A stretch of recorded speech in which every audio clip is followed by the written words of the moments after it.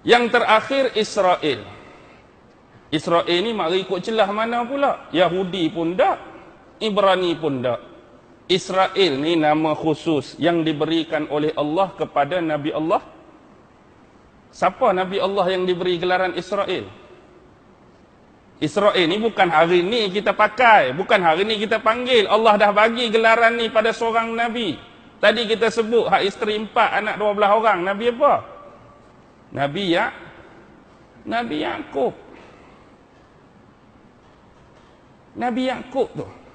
Baik. Kita buka kitab Taurat dalam Safar Pengulangan. Bahasa Inggeris The Book of Deuteronomy. Pasal ke-32 ayat ke-28. Dan sesekali selepas ini jangan lagi kamu dipanggil dengan nama Yaqub, tetapi kamu dipanggil dengan Israel, kerana kamu telah bersungguh-sungguh dan dapat mengalahkan aku. Apa cerita sebenar? Cerita sebenar dongengan dan khurafat orang Yahudi. Dia boleh bawa cerita bahawa suatu masa Allah Subhanahu wa taala turun ke bumi, dia tukar diri dia jadi rupa manusia biasa. Kemudian dia ajak Nabi Allah Yaqub bergaduh, bergusti dengan dia. WWE ni bukan hari ni, cuma tak ada tali pinggang saja kot. Ajak bergaduh, tiba-tiba kalau menang Tuhan tu, kira okey, kalah Tuhan. Dia pergi buat smackdown lagu mana, terseliuh paha Tuhan. Akibatnya Tuhan kata, lepas ni kamu jangan dipanggil Yaqub, tapi dipanggil dengan gelaran Israel, kerana kamu bersungguh-sungguh dapat mengalahkan aku. Padahal bahasa Ibrani betul, Israel bermaksud Allah, Isra hamba. Israel tu Abdullah, hamba Allah. Tetapi melalui manhaj cerita ni, itu bukan maksud dia bagi pemikiran dan sinonim dengan orang-orang Yahudi Zionis. Hamba Allah tu layak sesuai untuk orang Islam agama Nasrani. Tapi melalui manhaj cerita ni, kamu yang dapat mengalahkan Allah. Bila title ni mereka cucuk, bila title ni mereka pegang, satu masa dulu, Nabi dia Yaqub boleh kalahkan Tuhan. Sebab tu perangai dia hari ni pun sentiasa mencabar Tuhan. Sentiasa mencabar Allah. Kalau suatu masa dulu manusia boleh kalahkan Allah, apa salah hari ni kita pun mungkin boleh kalahkan Tuhan.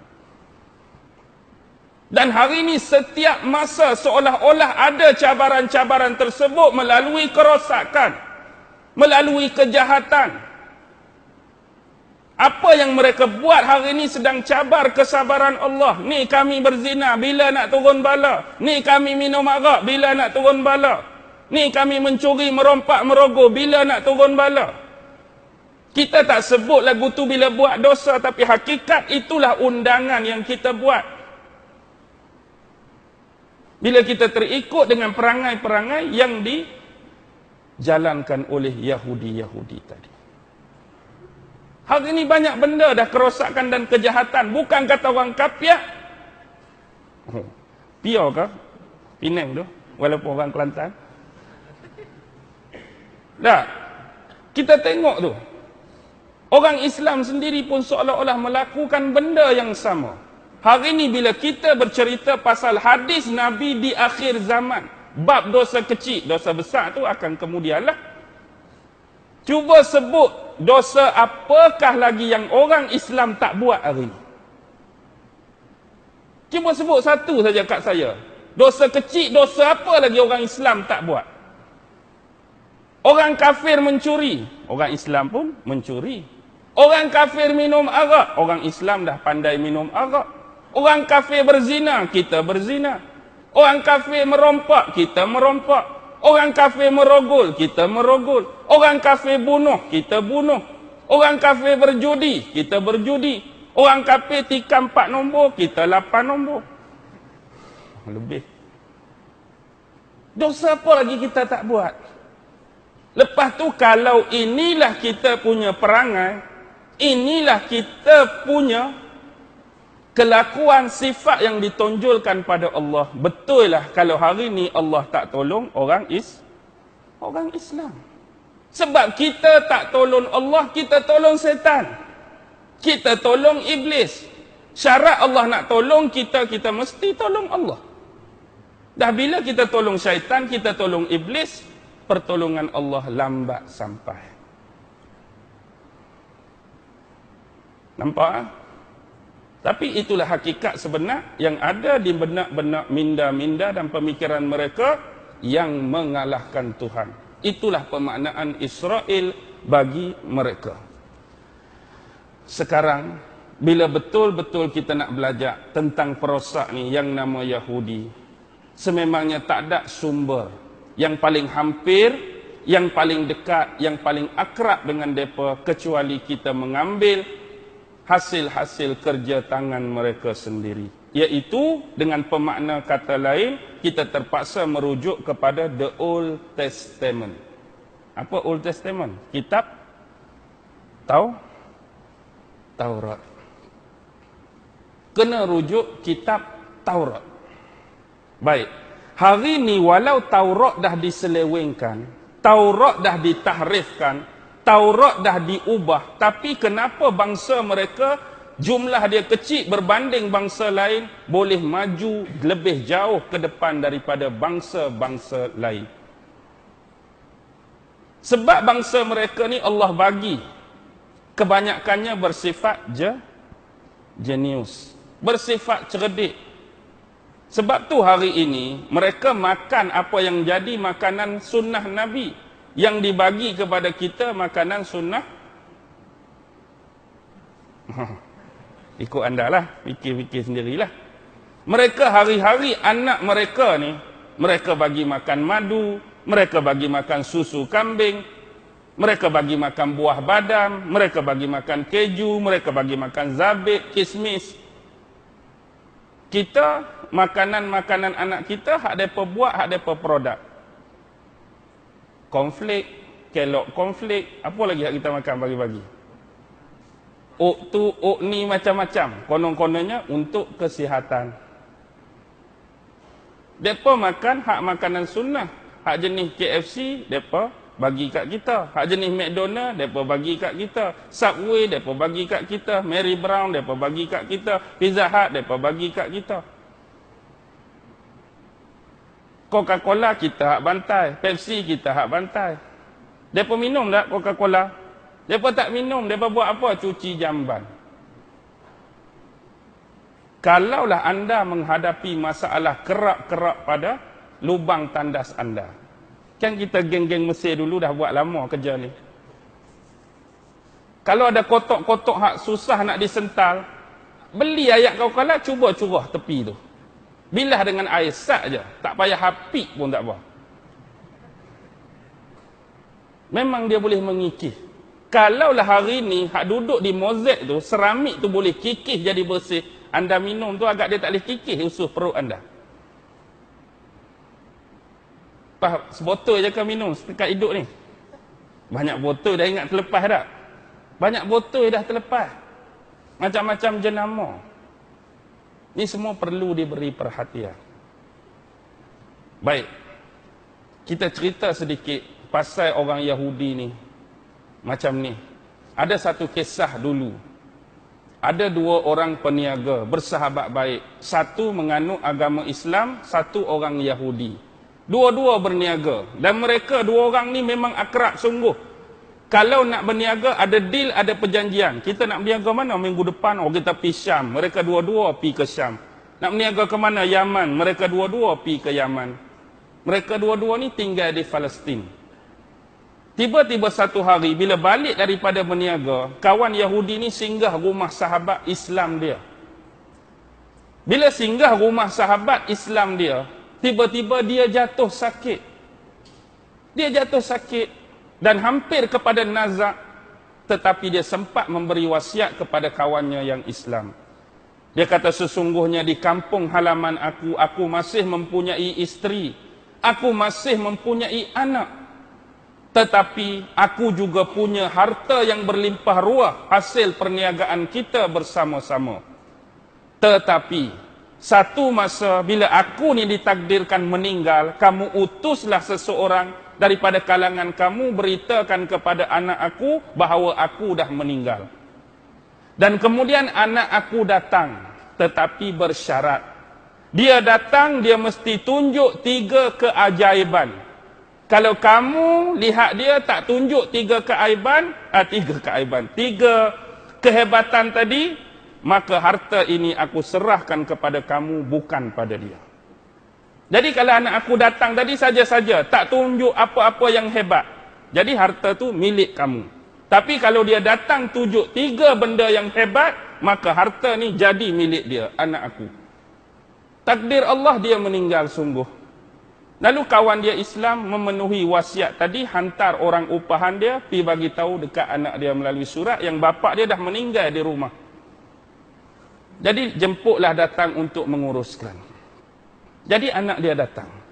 Bila anak dia tiba di bandar Jerusalem tu, dia tak terus pergi ke rumah sahabat karib bapa dia yang Islam, tapi dia tanya dulu, mana rumah nama sekian-sekian, mana rumah pakcik sekian-sekian beragama Islam. Bila dia dah kenal pasti rumah kawan tu, dia pergi cari tukang cari kayu api. Masa tu MZen tak ada lagi lah. Nak cari kayu. Baik, dia dah dapatkan seorang perempuan, jadi dia nak beli kayu api dengan jumlah yang banyak. Bukan sikit-sikit, jumlah yang banyak. Bila dah dapat jumlah yang banyak, dia tak ambil kayu api tu, tapi dia suruh makcik perempuan tadi pi himpun, pi kumpul depan rumah kawan bapa dia hak Islam tu. Jadi makcik tu pun pi letaklah berlonggok-longgok kayu api depan rumah kawan bapa dia. Jadi barulah dia pi. Bila dah bertegur siapa, terkejutlah kawan bapa dia. Ni pasal apa? Datang siap-siap bawa kayu api yang banyak. Setakat kamu nak duduk di sini seorang, kamu nak bermalam 2-3 malam, kayu api kami mencukupi untuk kamu. Tak payah beli kayu, tak payah cari banyak-banyak. Dan bila direnungkan sekejap, dia pun berfikir bahawa bila tengok kayu api yang berlonggok tadi, maksudnya dia nak stay di situ untuk tempoh yang lama lah tu. Bijak budak ni buat perkiraan ni. Satu dah aku nampak bijak dia ni. Dia tak cakap nak duduk lama, tapi dia bawa kayu api ni seolah-olah memang dia nak duduk lama lah di sini. Satu dah, okey, aku nak tunggu 2 lagi. Bila dah sampai, setiap tuan rumah pasti melayan tetamu. Hak nombor 1, macam hadis Nabi, bila ada tetamu, bersegera menyediakan jamuan pada tetamu. Makan tengah hari pula ialah burung merpati. Burung merpati itu ada 5 ekor. Burung merpati 5 ekor. Hak panggang, hak bakar. Jadi tuan rumah ni memiliki keluarga. Dia dengan isteri, 2 orang anak lelaki, 2 orang anak perempuan. Jadi tuan rumah dah ada 6, campur dia 7. Mari burung merpati 5. Agak-agak nak bagi lagu mana cara nak makan. Kalau ada 7, seorang sekor. Bila orang ada 7, burung merpati 5, tuan rumah nak tunggu dah keajaiban yang kedua. Dia kata sebab pakcik ni menghormati kamu sebagai undangan rumah pakcik, sebagai tetamu. Jadi pakcik nak minta kamu tolong bagi makanan hari ni mengikut cara kamu di kampung. Bagi lagu mana makan lagu ni. Dia pun ambil sekok. Benda ada 5 kan. Dia ambil sekok burung merpati. Dia koyak. Maksudnya dia belah 2. Satu dia bagi dekat suami, tuan rumah, dia bagi dekat isteri. Dia ambil burung merpati yang kedua, dia koyak 2. Bagi dekat sepasang anak tuan rumah, hak lelaki.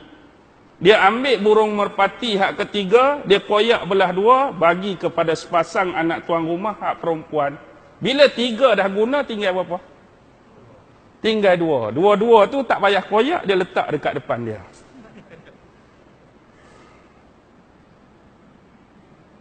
Terkejut tuan rumah. Dia kata, beginikah cara pembahagian makanan di kampung kamu dan tradisi kamu? Iyalah. Tak nampak berat sebelah ke? Sama saja. Tuan rumah kata, mana yang sama? Kamu sepasang suami isteri, 2 orang. Campur burung sekok jadi 3. Anak kamu jantan 2 orang, campur burung sekok 3. Anak perempuan kamu 2 orang, campur burung seekor 3. Aku seorang, campur burung 2 ekor 3. Jadi 3, 3, 3. Fair, sama saja. Oi, bagus budak ni. Nak terlepas harta ni kat dia dah ni. Tunggu 1 lagi. Tunggu 1 lagi.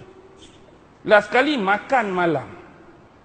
Bila makan malam, tuan rumah pun berfikir, dengan gaya tadi dah terlepas dah dia. Kita buat sekok pula kali ni. Bila sekok perlukan jenis hak besar. Hak besar kena panggang ayam Turki.